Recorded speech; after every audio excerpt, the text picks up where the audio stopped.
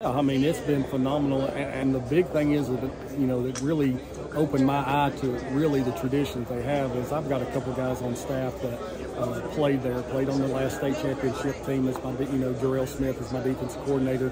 Dustin Latham's the school-time leading touchdown rusher who coaches our running backs.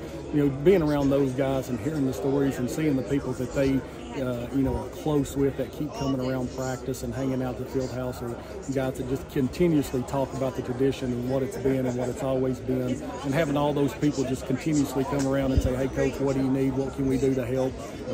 We've got six or seven guys that are continuously saying, hey, what can we do to help? When you went there and kind of assessed the program, and by any means I'm not trying to get you to knock previous coach, but what did you feel like you had to do immediately in the short term to kind of get things established? I think the big thing was I think Coach Martin did really such a good job, and it's not like he just quit or got fired. He just retired, and if he hadn't retired, he'd probably still be the guy down there and still doing it. He's a Sweetwater legend, graduated there, played there, and he did a phenomenal job with everything. Our biggest thing for us was just establishing the difference in what he did and how he did things versus how we're going to do things with me there. And that's really been the big change for us. There was no emergency of saying, hey, I got to get this done, because, again, we got a bunch of returners that have done a great job of responding to what we want to do all summer.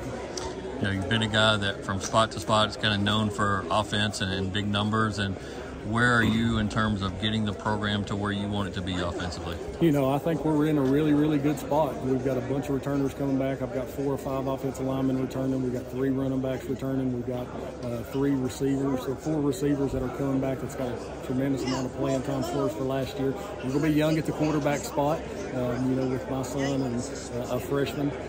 At that spot. So, we've talked about with those 2 guys, and, you don't have to be great. We've got a bunch of good guys around you, so just get them the ball and let them go to work. So I think we got an opportunity to be really good on offense as long as we can dial it all in. What is your son's name, and how is it coaching your son? Austin Slover.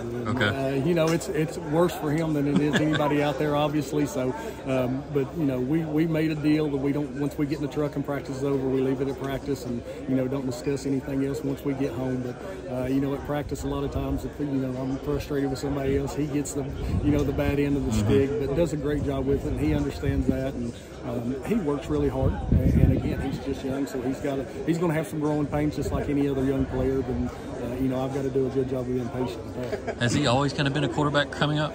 He has. He's, since he started playing when he was 7 or 8 years old, he's always been the quarterback and done that. And it's good for me right now because he knows how to take care of the huddle, and he knows the plays, he knows how to get people lined up, and he knows those things that we're learning with a new offense that's really been helpful for us and for the kids, because they'll talk to him a lot more than they will me, especially in the locker room about how to get lined up or how to do this and do that. So it's been good for us all the way around. Do you feel like there's a player or two, and I'm not trying to get you to single out any of your players and leave others behind, but is there somebody you feel like the community outside of Sweetwater needs to know about? Like, hey, man, you're going to be writing a lot about this guy this year. Yeah, and I think we've really got 3 or 4 guys like that. I think Chris Alford's going to be a receiver. He's 6'5". He's the basketball player of the year down there in the region. He's 6'5", 200 pounds that absolutely can go up and get it. Got great technique, runs great routes, has great hands. I think he's somebody that's really going to explode on the scene this year for us.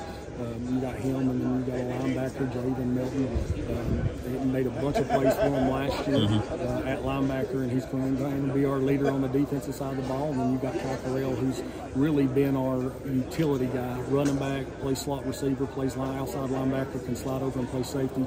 Huge utility guy. All of them, great kids, great students, great people in the community.